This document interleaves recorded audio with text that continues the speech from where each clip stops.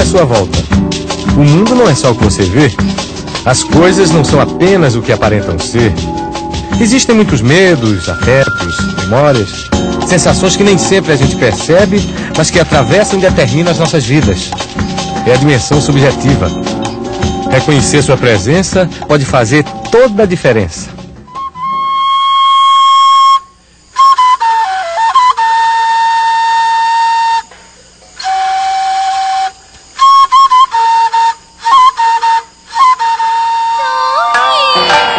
Hoje existem cerca de 7.000 línguas no mundo. Um brasileiro adulto fala em média 7.000 palavras por dia. Claro que tem gente que fala muito mais. Em 1876 se inventou o telefone. Em 1979 o celular, o correio, o fax, a internet. Tudo isso existe para a gente se comunicar. Será que sempre dá certo? O que está faltando? One, two.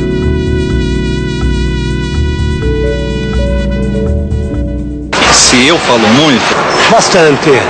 Normal, falo muito não. Falo demais. Ah, falo. Sou muito falante. Gosto de falar. Sempre sou entendido. Apesar de eu falar errado, assim, mas eu me comunico.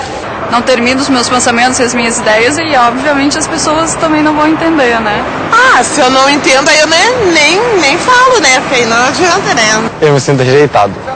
Fica chateado mesmo, cara, porque você tenta explicar e é muito difícil, cara, alguém entender você. Só jovem mesmo que normalmente entende a gente. Ouvir, você ouve várias coisas que as pessoas estão falando. Agora, entender é você realmente saber o que aquela pessoa está falando com você. O ouvido ouve, a boca fala. A boca pertence a uma pessoa, o ouvido a outra. Será que esse é o problema? Maria de Lourdes, mãe do Luiz Henrique. Irmão da Tatiana. Irmã do Luiz Henrique e amiga do Sandro. Nós nos entendemos muito bem. Algum atrito, mas isso é normal em toda a família. Meu irmão fica muito tempo no banheiro. Essa, assim, é uma dos conflitos maiores de manhã. Ah, não, libera, vai sair, não vai sair, então sai rapidinho só pra tomar minha chuveirada e tal. Aí eu saio. Aí ela demora anos pra entrar. Eu saio, em vez de ela tá com pressa. Em vez de ela entrar imediatamente, não, ela demora. Aí começa. Ah, não, porque você demora tudo, você fala demais, você quer tudo no seu tempo, é tudo na sua hora. Eu sou enjoadinha, eu exijo, mas eles querem ajudar, mas não entendem que eu preciso disso no dia a dia.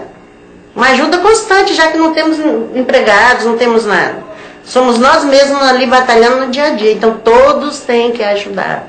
Olha, me ajuda com isso, me ajuda com aquilo. E às vezes o que a gente vai fazer não é algo do jeito que ela queria que fosse feita, né? E aí começa, mas por que vocês não me ajudam? Aí começa a reclamação toda, principalmente com a história da roupa. Então economiza, já que vocês não ajudam a arrumar, então economiza. Não gasta tanto, não suja tanto. Uma hora dá muita raiva. Muita raiva mesmo depois também. Aliás, eu acho que a raiva que dá na hora é porque depois a gente sabe que vai ficar legal, então pra que discutir tanto, né? O que eu vejo de conflitante aqui na família do Luiz é o que acontece normalmente na minha.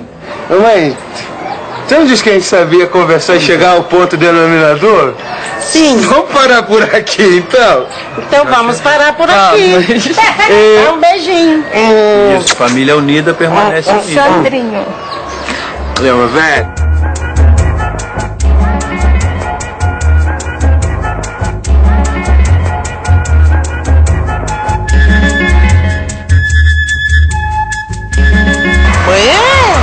Mãe.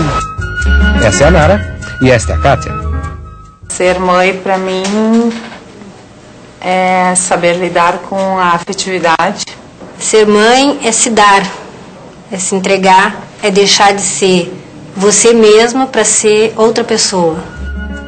Nara é mãe de 3 filhos, Kátia não tem filho nenhum.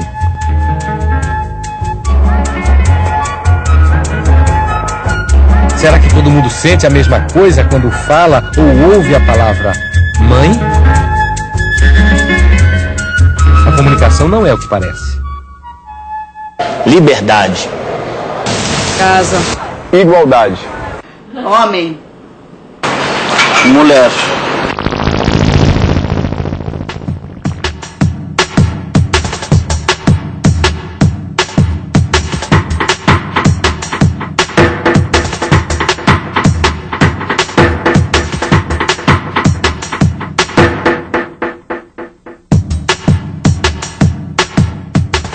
todo sentimento é intraduzível.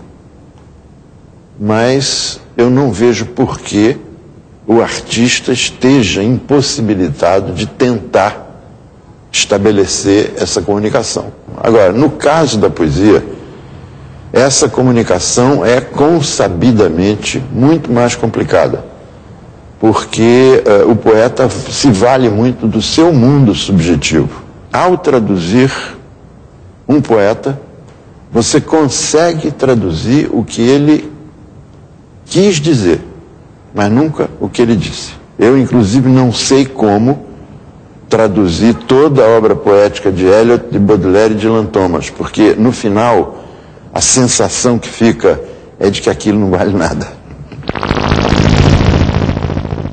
Nossa sociedade aposta demais na palavra? Existem 5 milhões de surdos no Brasil. Português oral é a segunda língua do surdo. O surdo, a primeira língua é a língua gestual visual, que é a língua de sinais. O português é do ouvinte, entra através do ouvido e o cérebro processa a linguagem de pensamento. A nossa língua entra através dos olhos e o pensamento então é organizado em língua de sinais. O sinal ele varia como o dialeto brasileiro. Por exemplo, branco, o sinal é aqui, em outro estado vai ser diferente. Aqui, pessoa é este sinal. No Rio, pessoa é na testa. Então, há variações dentro da língua de sinais. Nos Estados Unidos, a língua de sinais é completamente diferente. Aqui usa-se o português, lá o inglês. Não é universal como as pessoas pensam. A comunidade surda é que cria sua língua de sinais própria da região. Nós não podemos impor que a palavra oral seja a mais importante para uma sociedade. Esta é a Lindalva e o Josimar. Você entende o que eles estão dizendo um para o outro? Felicidade, raiva, tristeza, nervosismo. Será que sempre é simples entender só olhando para alguém? Isso faz parte da dimensão subjetiva.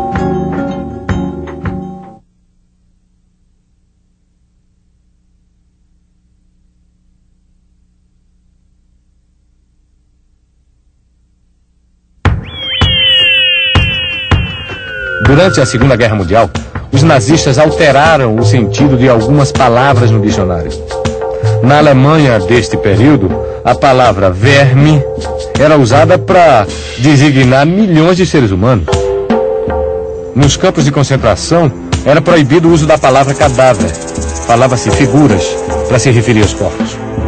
Quais sentimentos, medos, memórias estavam por trás de cada uma dessas alterações? Patricinha, ela fala das meninas que tem um poder aquisitivo alto. Que não se preocupa com nada, vai pra shopping, vai pra cinema, gasta tudo que tem que gastar. E são bem delicadas, bem frescazinhas. Aí já usa desse modo pejorativo pra elas. Macaco pra pessoa negra, entendeu? Eu acho que a pessoa quer ofender. Ou você usa a palavra negra, pô, a fome é negra. Mas por que a fome é negra? Não pode ser branca, não pode ser azul, amarelo, sabe? E toma uma coisa bem pejorativa, sabe? A palavra é negra. Eu sou branca demais, então, pô, meu primeiro apelido no colégio foi Leite. Leitícia, por causa do nome. Acho que judeu é aquele que não acredita em Deus, né? Diz que o judeu, ele é meio amarrado, pirangueiro. Porque o judeu não ajuda ninguém, né? Quando percebe que alguém é pão duro, chama de judeu pelo estereótipo criado durante um longo de anos, mas também pejorativo. Uma vez a menina chegou pra mim e fez, você é Paraíba. Eu disse, Paraíba não, eu sou de Pernambuco. Mas não é tudo a mesma coisa? Não, a região é Nordeste. Muitas pessoas no Brasil já sofreram porque queriam se comunicar e não podiam. Durante a ditadura militar, algumas palavras como Brasil, governo, militares, negros, operários, Deus e amante eram censurados em músicas, peças ou roteiros. A palavra mais censurada, sem dúvida nenhuma, é a palavra amante. Gostei dela e ela de mim. E com o tempo tornei-me amante da lagosta. E a palavra amante foi proibida, embora, na verdade, seja um trocadilho que ele está fazendo aqui. As palavras são meios de transporte. Você, com a mesma palavra, pode dizer uma coisa e o contrário dessa coisa, né? E o censor, quando ele lê uma peça e cortava naquela época, né? Ele cortava a palavra por aquilo que elas denotam, e a denotação está no dicionário. Você vai no dicionário e vê o que elas denotam. Mas existe a voz e a expressão do corpo também, que também são linguagens. Eu lembro de uma vez que foi muito divertido, que foi numa peça do Guarnieri, eles não usam black tie, que tinha uma frase que o marido da personagem chamada Romana, que era a Lélia Abramo que fazia, ia preso para o DOPS. Ela botou a mão na cabeça e falou: para o DOPS? Minha Nossa Senhora! Isso foi muito mais violento do que se ela tivesse dito uma matada de pancada. Aquele Minha Nossa Senhora assustava mais do que qualquer frase que pudesse ser cortada. A cara da Lélia dizia aquilo que as palavras escondiam. Pois é.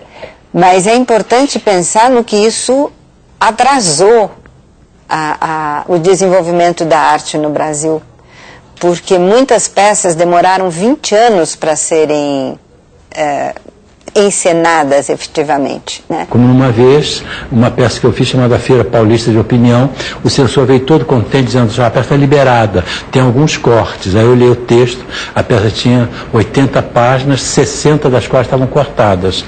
E o censor, sorrindo, falou assim: vocês são artistas, não são?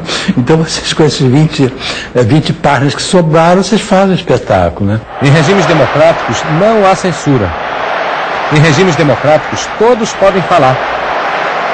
Mas será que tem gente querendo escutar?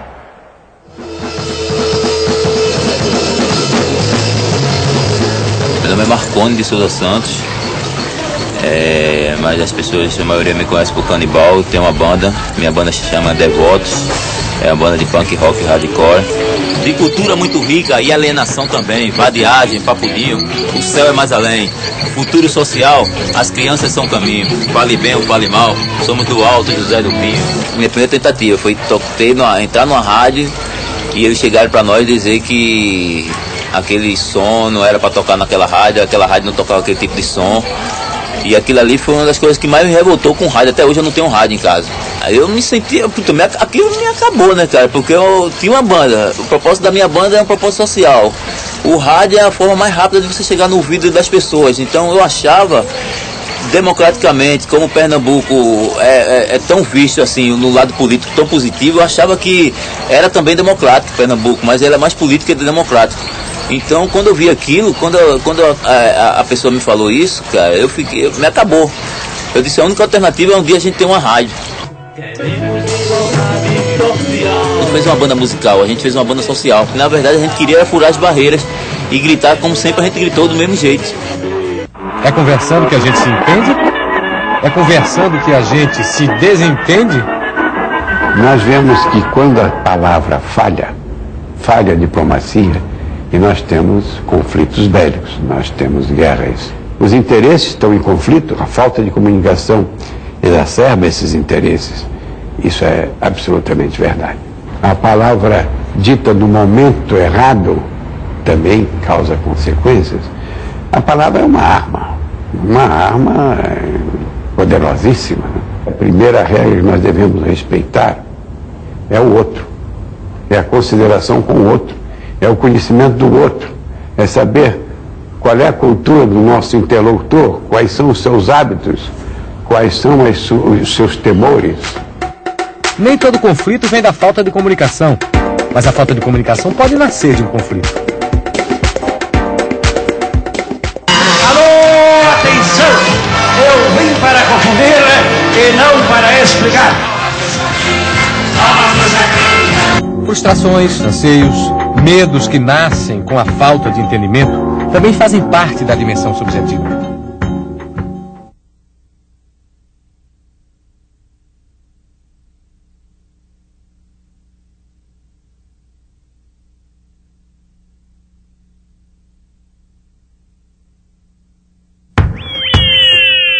Ficou famosa a lenda da vitória de Duque de Caxias durante a Guerra do Paraguai. Ele ordenou ao corneteiro que tocasse a retirada. O rapaz nervoso entendeu que era para tocar o toque de avançar. Graças à falha de comunicação, ganhou-se a batalha. Eu não vejo. Estilo Livre. 14 horas 25 minutos, você está curtindo aí a Rádio Estilo Livre FM. Vou dar um alô aí pro Juarez da SEDAI, tá tendo um vazamento ali no Lago do Santinho, que tá incomodando aí todo mundo. Valeu, Juarez. A comunidade pode falar através da rádio. É, uma morte, uma comunidade, todo mundo aí comunica na rádio, né? Tem mais acesso, é mais prático, né? É só ligar e tal e falar, né? Eu acho importante. Sou Vanderlei, presidente da Rádio Estilo Livre, da comunidade do Vidigal. Estilo Livre, na verdade, foi de uma música, né? De um grupo, que o nome do grupo é Freestyle, que é Estilo Livre em inglês, e eu gostei do nome. E também é bem a visão da rádio. A rádio aqui, ela é o complemento da voz da comunidade, né? Se tem algo que não está acontecendo, não está sendo resolvido, a rádio intervém, né, e acaba sendo solucionado, porque ela tem uma voz muito ativa aqui, não só na comunidade, mas lá fora. A facilidade de chegar na casa das pessoas, de facilitar a comunicação. Eu procuro realmente resolver. Quando eu não consigo, que eu acho muito difícil, aí eu fico meio entristecido, mas a gente corre atrás. Porque a gente trabalha tipo um corpo a corpo, né? Bem a comunidade mesmo. Então não é o que você ligar para uma rádio grande e mandar um alô pro fulano de tal. Aqui não, você manda um alô pra Dona Maria, que tá lavando roupa, pra essas coisas. Uma vez uma garota mandou um alô pro namorado dela, até declarou uma poesia pra ele, o amor todo, e rolou. Voltaram e tá feliz aí. Temos 2 orelhas e uma só boca. Qual usamos mais? Essa é a Guta. Sua profissão é ser um ouvido. Quer dizer, é ser uma ouvidora. Então a função básica minha seria o quê? Escutar as pessoas, entender os problemas que estão acontecendo, tanto do ponto de vista da força de trabalho, que no caso seriam todos empregados, né, próprios e contratados, e ouvir também a opinião do público em geral. Olha, eu sou uma ouvidora que falo pra caramba, mas aí é uma coisa minha, né? Eu acho que dentro da função de ouvidor, obviamente a gente deve ouvir mais do que falar. É o chefe que não quer escutar o que o empregado diz, na maioria das vezes por insegurança, por falta de informação dele. É o empregado que não quer escutar o que o chefe diz, na maioria das vezes porque ele não quer ouvir não. A dificuldade de se escutar não é muito grande. E não, é uma realidade da vida da gente. Costumo dizer que toda vez que a pessoa chega revoltada, eu acho que a revolta é um movimento proativo. Porque no que você se revolta, no que você se rebela, você está sendo proativo. Quem conta um conto, aumenta um ponto. Quem quer ponto, sem ponto. Quer ponto, sem ponto. Foi no domingo, eu estava fazendo comida, foi o horário que meu irmão chegou, e ele passou por mim e falou normalmente, aí eu falei, poxa, você na minha cabeça, né, eu falei, poxa, você vai para visita de médico, come e vai embora? Na minha cabeça foi ela dizendo que eu ia lá só para comer, isso eu acho que tá isso na minha mente, né, eu não dei nem resposta, levantei, bati a porta e fui embora mesmo. Ele não entendeu. Depois eu não aceitei mais, eu fiquei realmente muito chateado nessa época e não ficamos sem se falar mesmo, né? Eu me senti assim muito ofendido. A minha intenção foi reclamar da ausência dele, não de agredir de qualquer outra maneira. Nós ficamos aproximadamente 4 meses, sem falar com ela, foi isso mais ou menos. A gente se encontrava, mas a gente não se falava. Sem falar mesmo. Inclusive assisti televisão juntos, ela sentada num canto, eu no outro, e a gente não se falava. Outras pessoas até em comum, mas o diálogo entre nós não havia. Nós voltamos a nos falar, mas devagar, não foi assim, meu amor, não sei o quê, não ficou assim dessa forma. A gente foi se aproximando aos poucos, entendeu? A gente ficou um pouco de receio ainda de aproximação. Falta a gente sentir um do outro, só que aquele orgulho não deixava a gente se aproximar. Mas eu acho que essa situação estava tão desconfortante para a família, né? Tanto mãe, eu acho que também não gosta muito disso. Minha avó, que é muito presente, então ela sentou a gente na mesa, me fez lembrar disso, e vamos partir do zero o que realmente aconteceu. Explica a sua parte, explica a outra, a gente tentou. Quer dizer, houve uma interferência familiar aí, né? A procura pelo balcão é muito variada, né? O balcão está aqui há 9 anos. Então as pessoas mal bem já conhecem o balcão e tem o balcão como uma referência. O balcão funciona 4 vezes por semana e as pessoas vêm aqui para ter diversos tipos de atendimento. O balcão é meio clínico geral, né? O pessoal vem para todos os problemas que ele tem, ele vem Então, aí você que tem que detectar onde é que está o verdadeiro motivo, né? A comunidade tem uma lógica muito peculiar, tem seus hábitos, seus costumes e que se diferencia muito, né, dos hábitos que eu estava acostumado a conviver, a lidar. Eu só vou hoje depois que eles aceitam a minha visita. Tipo, tudo bem, ela pode vir, alguns até dizem, o que a doutora fizer, eu faço. Mas não é bem assim que funciona. A gente tenta utilizar o diálogo, utilizar os bons argumentos e fazer com que as partes se escutem e se compreendam, né?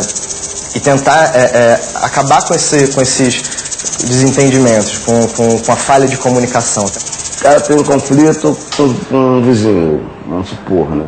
Mas já tá com raiva do cara, qualquer coisa que o cara disser já vai interpretar de uma outra forma, né? Aí você tem que estar entrando, aí é que entra a coisa da tradução. É quase um trabalho diplomático que a gente faz ali. Muitas vezes a gente acaba vendo que o interesse dos dois era convergente, os dois queriam a mesma coisa, os dois queriam a resolução do problema, mas eles não estavam se acertando na conversa, eles não estavam se acertando no diálogo. Eu me deu vontade de construir uma varanda, mas uma coisa pequena, 1 metro e pouco assim, só para você ter assim, uma vista melhor, alguma coisa assim. Mas o rapaz exagerou, né, na varanda. Eu subi bastante chateado, porque eu tinha a visibilidade bastante bem, né? Pro alto, pro baixo, todo. O rapaz se sentiu prejudicado, que dava acesso para a janela dele, ficava muito próximo. Foi quando aconteceu o problema com meu irmão, que ele viu que na janela do andar de cima, quem estivesse na varanda ia dar para ver tudo que passava dentro do quarto dele.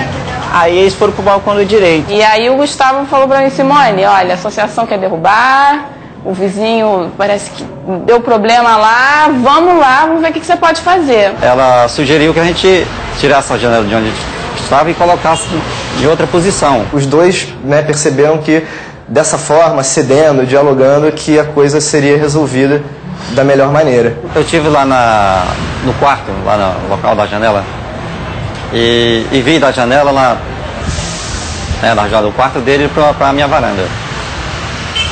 Ficou próximo. Foi uma consideração que tinha tudo para ter confusão, para ter conflito, e não. Eu falei que bancava a reforma, que trocava a janela de lugar, né? E fizemos. A gente somos vizinhos. Pessoal, 2 vizinhos, um do lado do outro, as casas coladas, janela com a porta dela. Ter conflito com o outro, eu abro minha janela, dou de cara com a porta dela. Se eu bater de cara com ela, aí o que vai acontecer? A gente vai estar sempre discutindo. Aí nisso não pode, né? Porque a gente mora na comunidade e tem que ter respeito um ao outro. Existem vários sentimentos, pensamentos, afetos, medos, esperanças, que muitas vezes não percebemos, mas que modificam a forma como nos comunicamos diariamente. É a dimensão subjetiva que influencia diretamente a nossa vida e a forma com que vemos o mundo. Você pode não saber, mas tem gente pensando sobre isso. E faz toda a diferença.